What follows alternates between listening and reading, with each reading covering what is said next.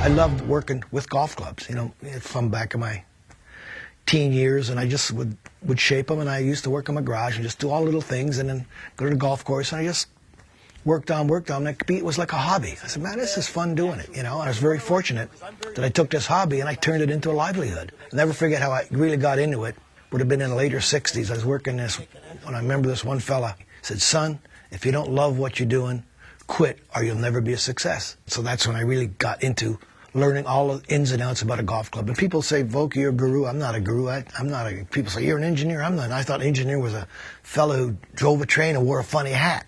I said, I'm not. I'm just a golf guy. I just had a love, and I had a knack for working with the players.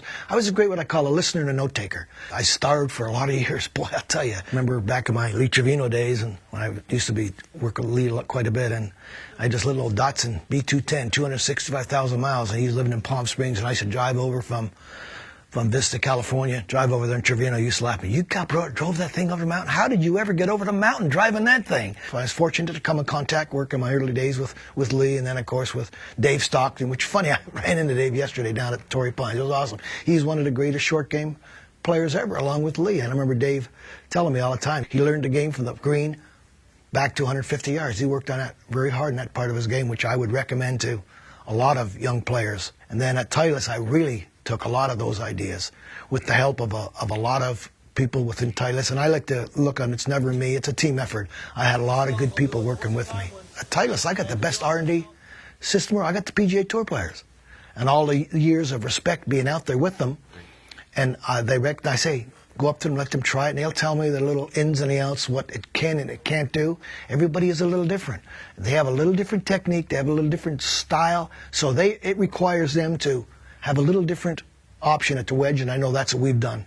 Just getting out there, watching a player hit the ball, listening by sight, watching the flight of the ball, watching just different sounds. These players, they'll tell you. They may not exactly tell you that the bounce is not right and don't give you a number, but they can tell you just by hitting, Bob, I don't like the flight. It's coming off a little low, okay? Or I'm digging it. The leading edge is trailing down. And knowing all those certain things, and I can help a player with sometimes give them a little hint. This is what the wedge is designed to do. This is why I want you to use the bounce. I want you to use the trailing edge. And it's not just tour players. We're able to pass this on to the weekend golfer, which was my biggest thrill. It was nice to be able to say a player come up to me, and not just a player, somebody hollering over, oh, Mr. Vokey, I love your wedges. They're the best wedges I ever hit. And I said, they're Titleist wedges. I said, thank you very much for the sport. But I mean, it's nice to be able to say that we've actually designed a golf club that the average weekend golfer can get the enjoyment of hitting shots. I call it the holy grail, a perfect wedge. It doesn't exist. One man's poison, the other man's cup of tea. You know, and I continue to work, and that's what makes my job more exciting. When I grew up with a wedge, they usually were always what I call, it was basically get out of trouble type of club. The word was sand wedge. We call them lobbers now and sand wedge. I said, the sand wedge, it's got to work, it's got to perform in the bunker. And that's one of my first things I really like to work with a player. But you get out of trouble club, you know. It's got to work. It's got to perform there. I call it another word like just get out of jail club. Now all of a sudden these players right now, they're being so big, so strong, they're hitting the ball so far, and they're so talented. They want a wedge now. With a wedge now, they don't expect to just get out of trouble.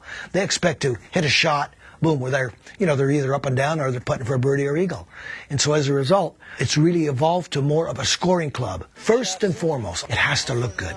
Wedge to me is probably the toughest club to design. Every player, he puts it down, what does it look like in the address position? That's called profile. So I try to make a pleasing profile. It's got what I've tried to do. In essence, it's basically a profile. I call it teardrop look, a little higher in the toe area, and I call a pyre area a little shallower in the pyre area. So I spend a lot of my time giving it leading edge treatment and also sometimes toe and sometimes top line just to make it look good first off. And what I've done with the whole wedge and we've worked hard at is try to make it look like a complete set. You could pull any number out at any particular time. It looks, you could put them, sit it down and say, wow, that's a neat series. Every major manufacturer makes the best clubs. They will make a very good golf club. I think at Titleist, what we have the people behind each product that are with a passion. It's a team effort. We all work together, and we all sort of cross-train each other, you know, with knowing about all of our product. And I think we all have a passion. We all love what we do. And going back before, if you don't love what you do, you know, you'll never be a success.